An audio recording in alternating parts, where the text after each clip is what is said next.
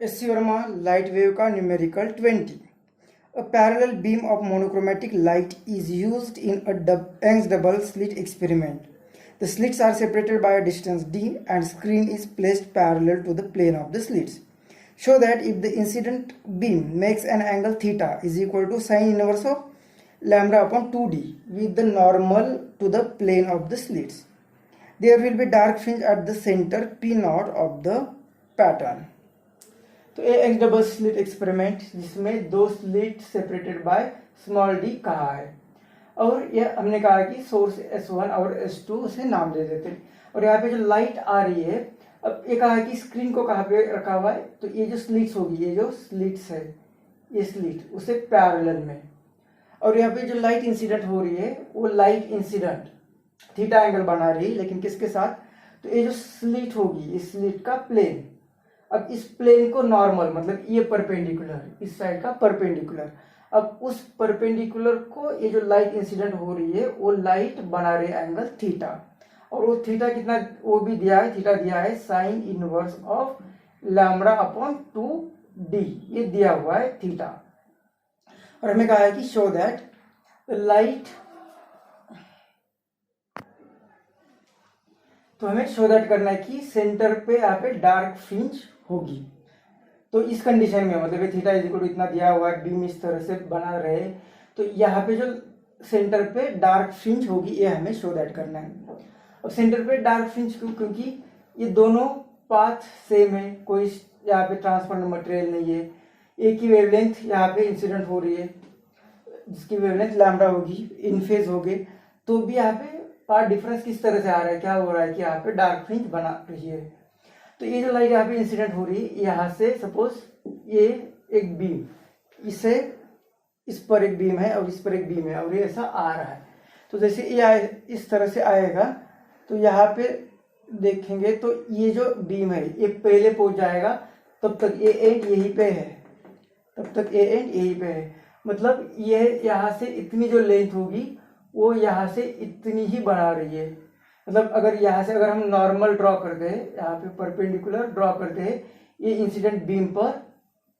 तो इस रे और इस रे के बीच में इतना डिफरेंस बना रहा है, ये जब यहाँ पे पहुंच जाएगी तब ये वाली रे यहाँ तक पहुंच जाएगी, जब ये यहाँ पे तब ये रे यहाँ तक पहुंच जाएगी,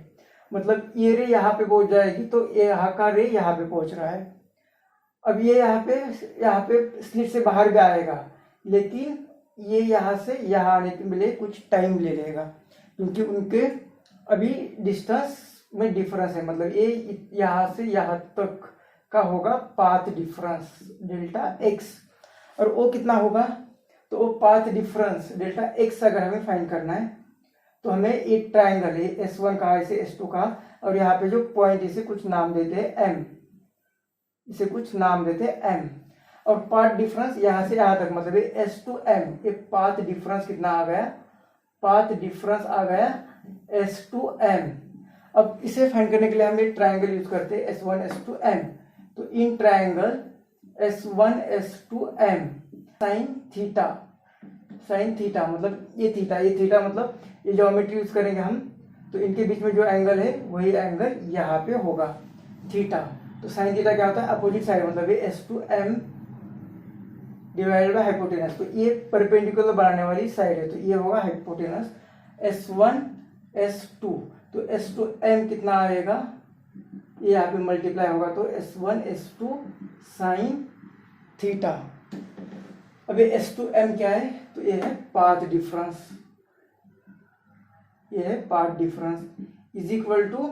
S1 S2 क्या है D, तो ये आ गया D साइन थीटा, ये इक्वेशन दिया हुआ है। अब ये साइन थीटा, अब इस इक्वेशन से साइन थीटा कितना मिल रहा है, साइन यहाँ पे चला जाएगा तो sine theta is equal to मिल रहा है लैम्बडा अपॉन 2d,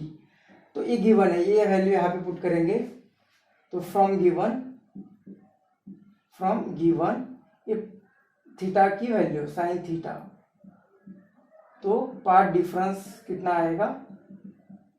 ये d और साइन थीटा की value a lambda upon 2 small d दिया हुआ है,